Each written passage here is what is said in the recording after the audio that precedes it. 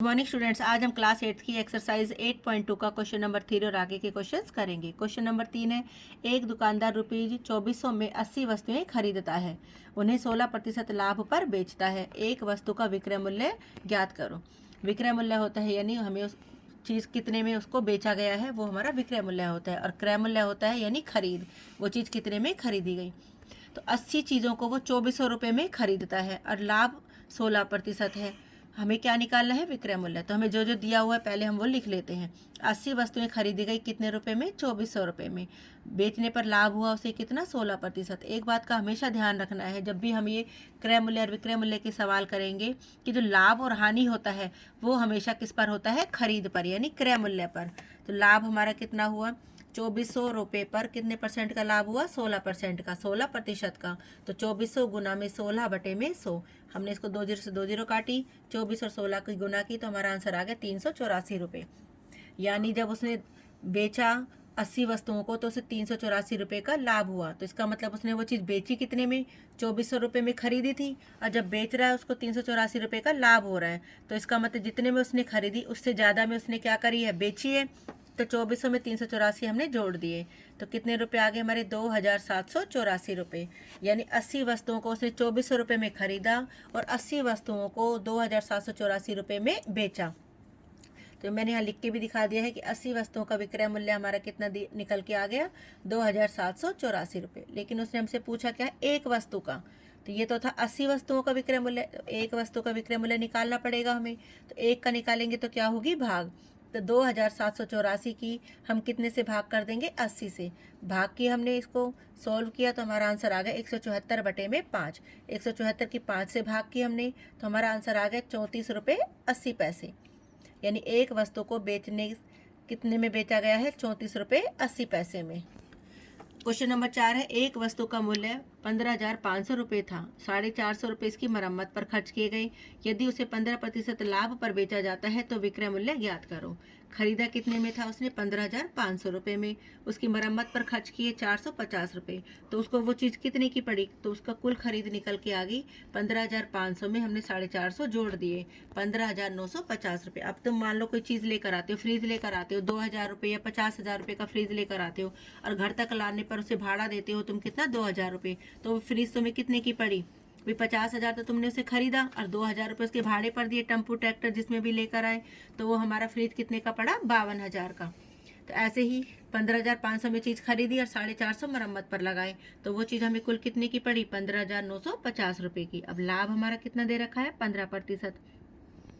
पहले भाग में भी बताया था तीसरे में कि लाभ और हानि हमेशा किस पर निकलते हैं? खरीद पर। तो लाभ हमारा कितना निकला? खरीद कितनी थी हमारी? 15,950। उसका 15% हमें निकालना है, 15%। तो हमने इसको सोल्व किया, 15,950 की 15 से गुना की, हमारा आंसर आ गया ये, और बटे में कितना है हमारा? 100।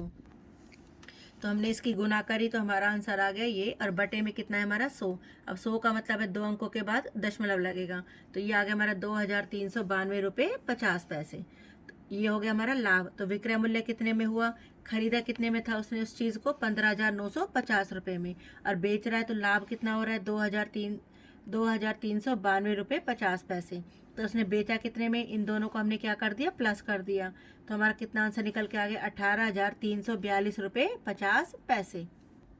क्वेश्चन नंबर 5 है, एक वीसीआर और टीवी में से प्रत्येक को 8,000 रुपये में खरीदा गया। दुकानदार को वीसीआर बेचने पर 4% की हानि और टीवी बेचने पर 8% का लाभ हुआ। इस पूरे लेन देन में लाभ अथवा हानि प्रतिशत ज्ञात करें। तो दो चीज़ें हमारे पास, एक है वीसीआर और एक है टीवी, और दोनों को 8,000 रुपये में खरीदा गया है। तो हम क्या करेंगे? पहले अलग अलग निकालते हैं।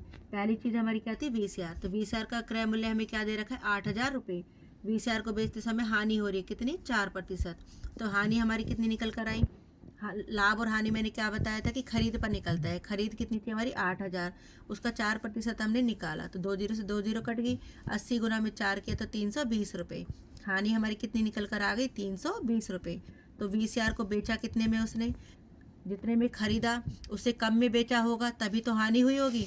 तो 8,000 में खरीदा, 320 रुपये कम में बेचा उसने, तो कितने में बेचा उसने उसको? 7,680 रुपये। तो वीसीआर को बेचा गया 7,680 रुपये में। दूसरी चीज़ हमारी क्या थी? टीवी। टीवी को कितने में खरीदा था उसने? 8,000 रुपये।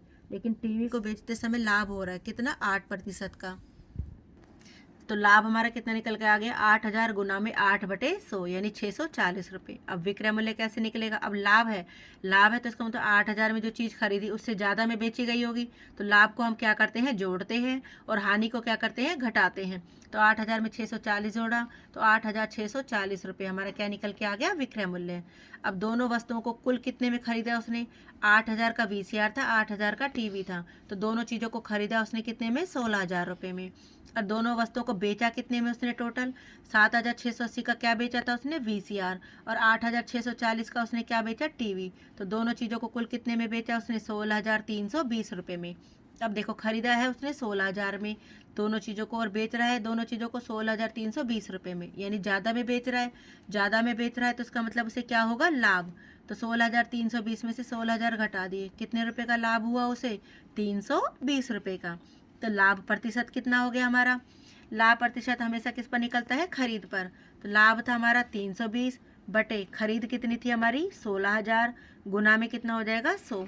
इसको हमने सोल्व किया, 0 से 0 काट के, और 16 दूनी 32, तो हमारा कुल लाभ हमारा कितना हुआ, 2%।